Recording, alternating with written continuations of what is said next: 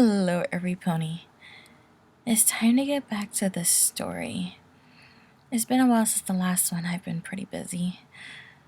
But nonetheless, things are coming to a head. And the fire team seems to have to guard the Crystal Empire, since there are so many unicorns there, or their enemies might go after the Crystal Heart itself. Or heck, they may even take Princess Cadence. As a princess, she does have more power than any of her subjects. Who knows what could happen in this chapter? But enough speculating. Let's begin. Fireteam Odium. Written by Atranos the Last. Chapter 21. Defense of an Empire. Work had been going well to prepare the Crystal Empire for the coming attack. As the metal was gathered, Exodus had called for the rest of his team to meet him, and the four of them got to work setting things up. The plan was to use whatever metal the ponies had to construct crude versions of the defense turrets seen around the tower. "Are you sure these are going to work?" Procor asked, looking over one of the 12 turrets they had built so far. "They should," Exodus's ghost replied. "I have built them with the schematics used by the Vanguard. They won't be as effective as the ones at the tower, but they should at least make the Cabal think twice about attacking again." The ghosts had been synthesizing the components needed from the metals they had available. Multiple metals were missing that were needed to make them at their top efficiency, so the ghosts had to improvise a lot to make them functional. This left them looking fairly ugly, but they worked. Another hour later, and 2.5 turrets, the ghost received a ping from the orbiting Guardian ships. "The Cabal are on the move again," Curvis's ghost called out.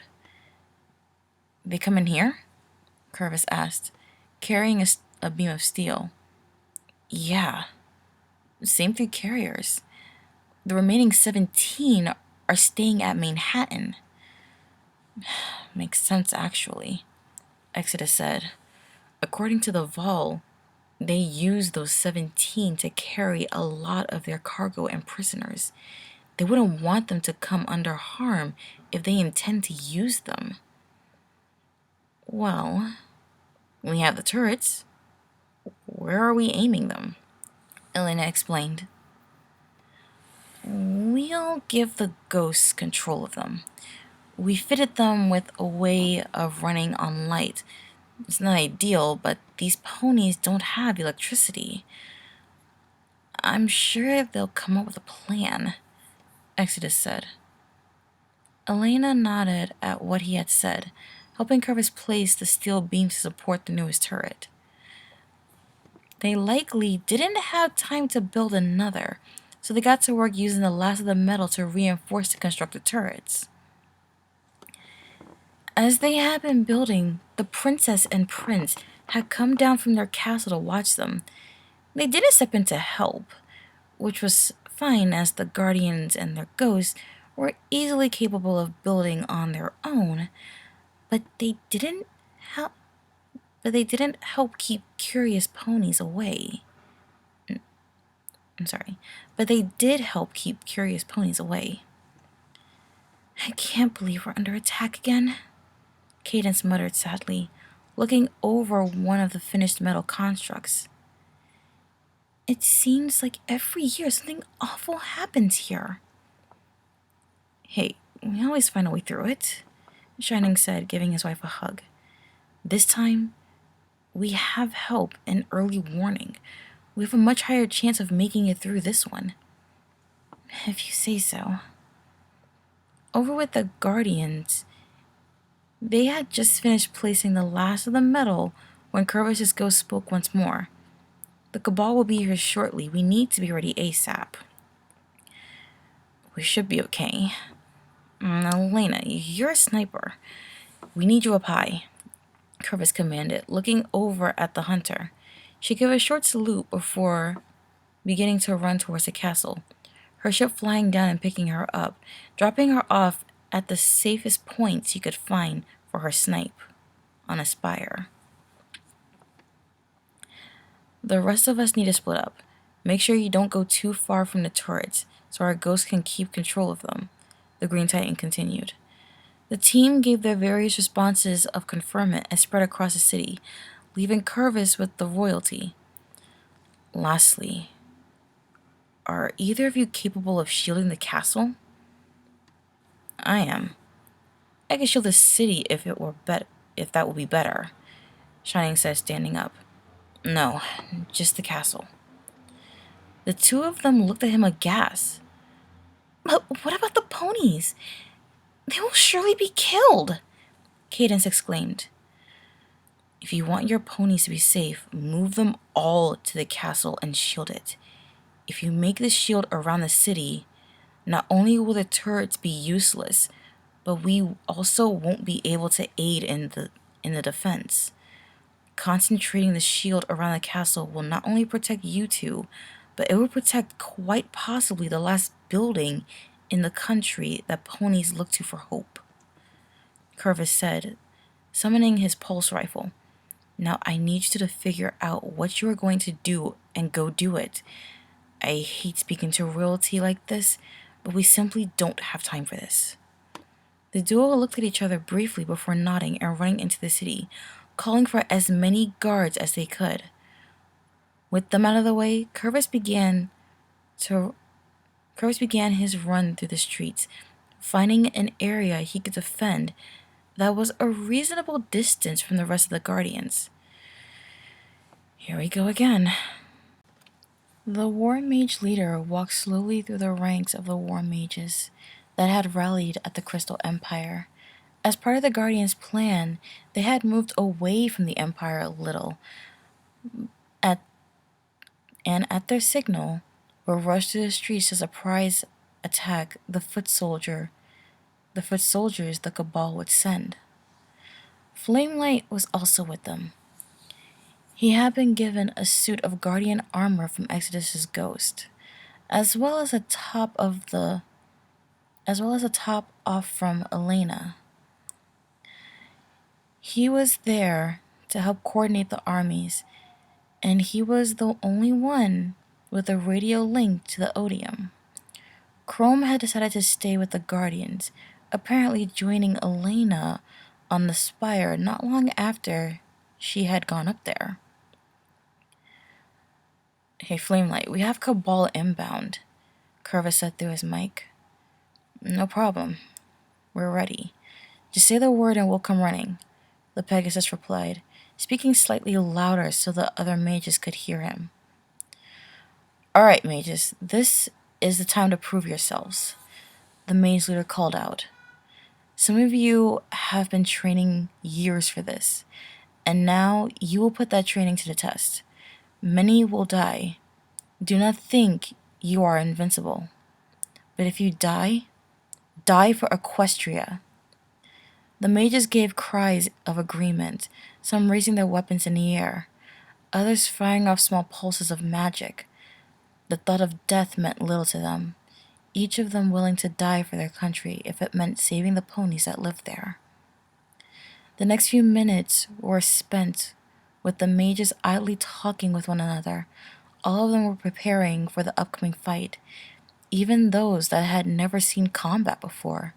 So when the Cabal carriers came into view, they barely batted an eyelid, quickly moving into their positions. This is it, the leader called, Flamelight standing beside her. As soon as the Guardians give the word, we charge. It took some time, but the Cabal craft eventually came into range and began firing upon the city, houses being blasted apart by powerful weapons. As chunks of crystal fell down around them, the mages brought up their shields, their eyes focused on the 2 ponies in front of them. Many decimated homes later, the enemy deployed their ground forces. Masses of dropships escorted by fighters swarmed down to the city, dropping Cabal forces throughout the city. The mages were barely able to prepare as hundreds of Cabal moved upon them, waves of bullets sailing from their weapons. Hold strong, mages. We attack only when we are called, the leader shouted over the gunfire, her own horn lit up in the hopes of bolstering the magical shield that surrounded them.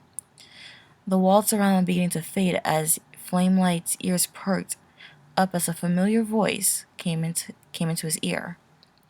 Flame, we need some support down here. How quickly can you get the mages to us? Curvis asked. We can leave now, but be there in a few. Just hang on. Flamelight replied, looking over at the mage leader. We're needed. Let's go out there. It's about time, she muttered, closing her connection to the shield and firing a bolt of magic at a nearby soldier, its armor being decimated by the blast. Mages, we charge! The shield collapsed instantly, a wall of magical bolts flying forward into the ranks of the Cabal. A few mages took shots when the wall fell, but the majority of them pushed forward, switching to the middle of the group if they ran low on magic.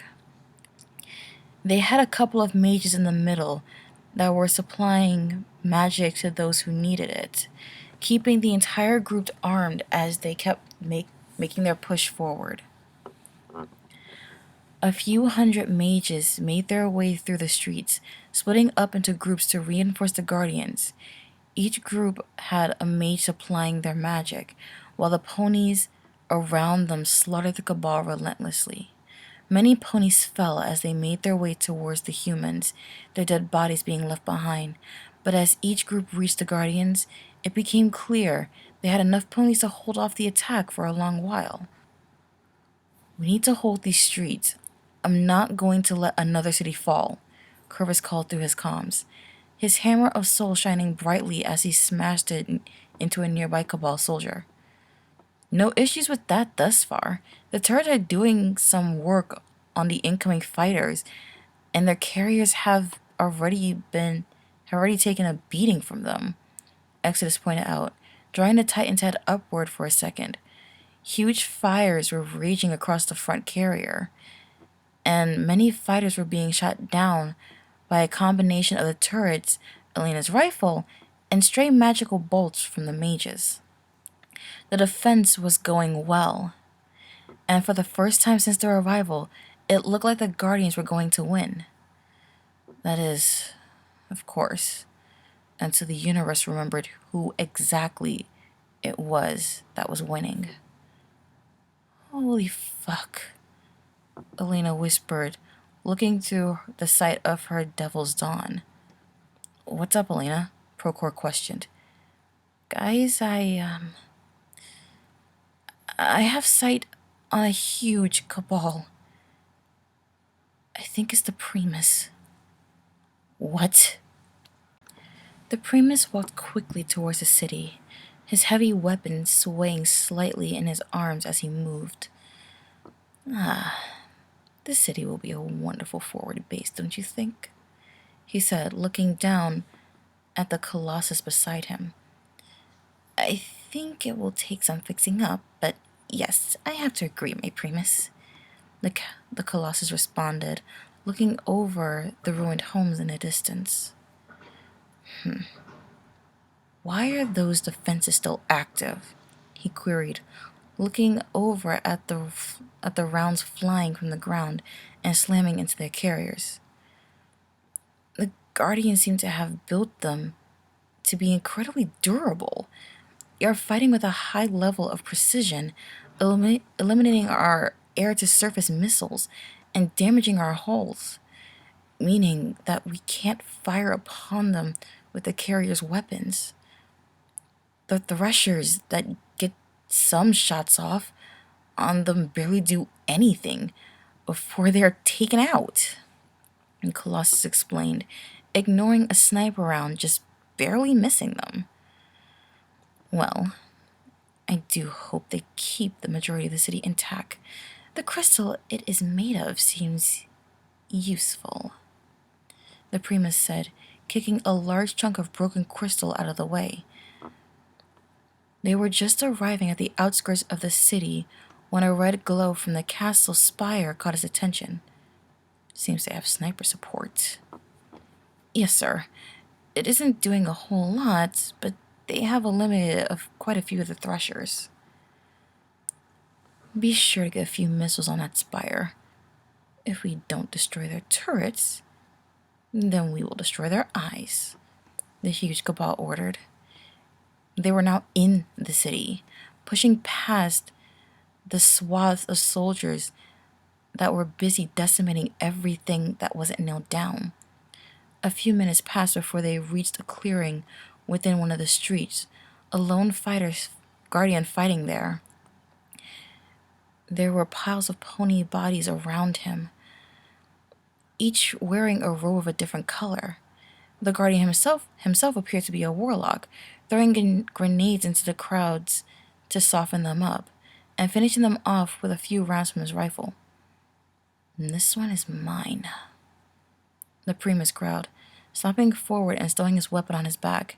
His movements quickly drew the human's attention, and it began firing upon the towering leader with everything it had. But the cabal didn't arm their leaders with weak plating, and the metal that surrounded him absorbed the damage easily, the solar light barely touching him. He reached the warlock quickly, punching him down and kicking him into a nearby building. Pathetic. He ground in their language, watching with hateful eyes as the guardian stood slowly. You think you can stop us with your weapons and your pony allies? He walked over, paying no attention to the slew of cracks coming from the bodies he walked over. We gave you a chance to leave, and yet here you are. The impact of his fist sent the warlock sailing back once more, a new building taking the brunt of the force. Your kind doesn't deserve to live. When we return to our home, I swear, I will send everything I have to that disgusting planet of yours and wipe it clean of the scum you are. The warlock rose once more, sparks occasionally flying out from the tears of his robe. The traveler will stop you, he muttered, looking up at the Primus. That useless marble? The only thing it does is give you strength. But you will never know true power, nor will you know the true pain of death. Instead, you hide behind this artificial strength that has been bestowed to you, silently praying for it to fix your problems, while doing little to solve them yourself. Veil finished it with a kick to the human's chest, mashing him against the wall once more. The sparks were much denser now, yet he still looked up. You will fail. The Primus laughed at that, standing tall over the guardian. Fool. I've already won. He rammed his fist into the warlock's face, his body going limp as life left him. With the deed done, Veil turned to face the rest of his soldiers. Find his machine and crush it. Do not allow him to come back. In orbit above the planet. What sort of situation? Churchill asked. The planet is under attack from an alien race, and the forces we have on the ground are unable to defend it. I used my emergency protocol to bring you online, as this alien race presents a significant risk to our continued presence on the planet, Elizabeth said, sending up the data she had gathered during the century she had been there. I see, he muttered, looking over the new data he had been given. A few minutes passed before he spoke again. I assume you have provided our forces with the beacons we need? No, I wasn't able to give them anything. What with the state of the bunker? You will have to use the war sats to fire. Elizabeth, without the beacons, the chances of me missing are extremely high. Are you sure this is our best option? Yes, I understand the risk, but the chances of this planet being destroyed if we do nothing are far higher. We must do something before the last of our forces are eliminated. Churchill gave a pause, thinking over the options he had. If he was off by even a millimeter, he could fire upon their allies, something he knew they couldn't afford. But it was likely that they would die if they didn't receive help regardless. Coming to a decision, he loaded a single round into his main cannon. The war sats giving him around him, providing him with overhead images of the fight on the surface. 3 alien crafts were flying near a large city. The one at the front clearly taking a large amount of fire. Taking aim, he charged the weapon, silently praying his calculations were correct. And with a moment of hesitation, he let the shot fire. "Guardian down!" Curvis's ghost said for the second time. He was barely holding up against the waves of hostiles, and it was clear the others weren't faring any better. As he threw his hammer forward, ignoring the explosion it created, he called out to the final guardian still alive with him. "Elena, are you alright?" "I think so. Karma's been doing a good job keeping them off me, but I'm running out of ammo, and the synths you gave me are pretty much out," she responded, firing another round into the head of a Cabal soldier. "Just hold on for as long as you can. The more we kill here, the better chances the ponies have of beating them back." The fight continued for some time. The 2 remaining guardians did their best to keep the Cabal away from the castle. The defense was going well until a new roar sounded out near Curvis. He was barely able to turn before being hit from the side, sliding across the ground and coming to a stop near one of the castle legs. "Just as weak as the others," a deep voice commented, bringing Curvis's head around. A huge Cabal was walking over to him. The armor plating looked like that worn by the Cabal Primus. The Titan jumped to his feet and summoned his hammer once again, backing up from the Primus. He kept his head on a swivel, searching for an opening to either run or flank. "I will never understand your need to protect what isn't yours," the Primus said, getting far too close to Curvis's liking.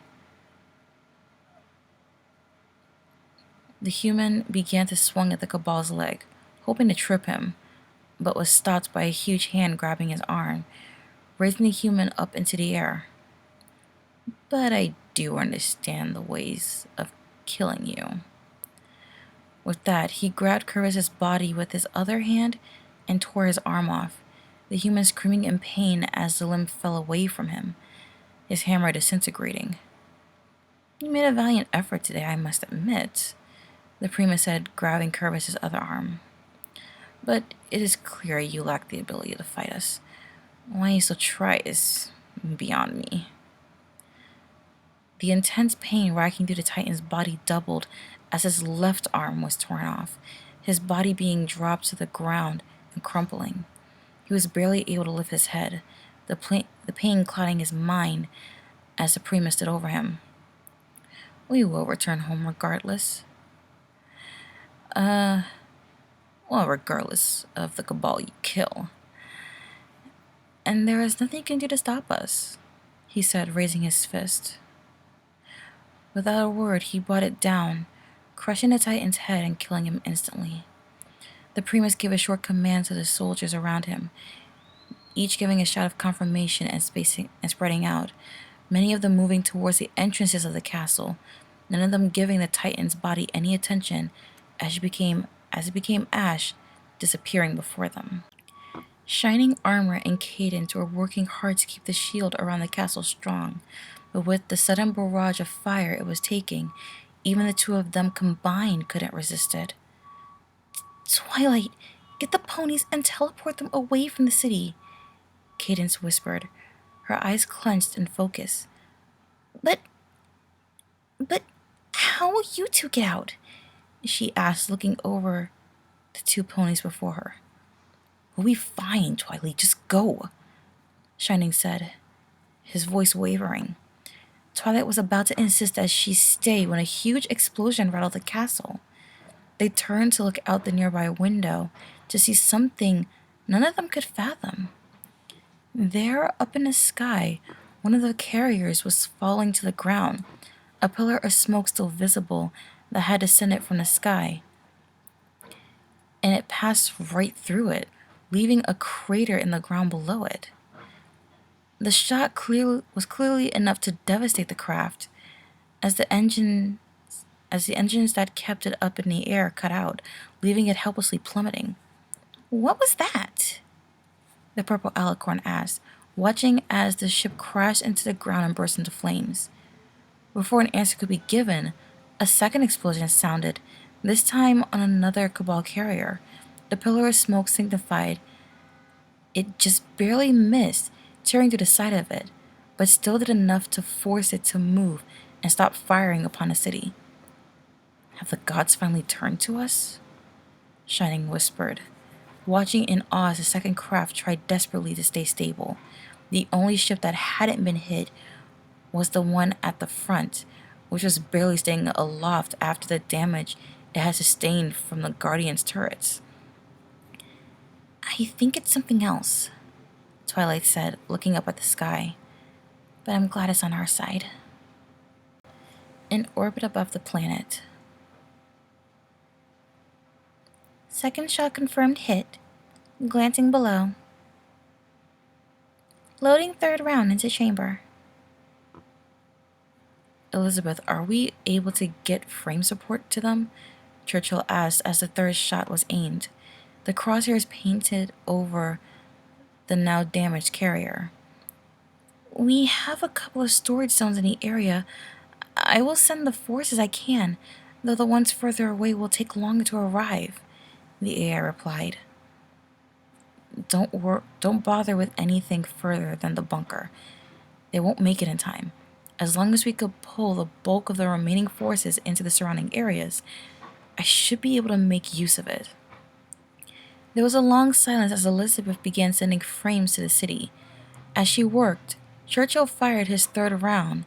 The shot managed to clip the carrier's engines and subsequently bringing it down, bursting into a cloud of fire as the hull drove its way into the earth. Third round confirmed hit. Target eliminated. Loading fourth round into chamber. I really hope they're doing all right down there, he thought to himself, switching the Warsat feed to await the frames. What was that? They all roared, staring in shock at the burning remnants of what was his carrier. It seems the Guardians have a machine in orbit. It was deactivated until now, so we didn't see it as we arrived, a flare explained. Get the final carrier out of here and call my dropship, he commanded, walking towards the edge of the city.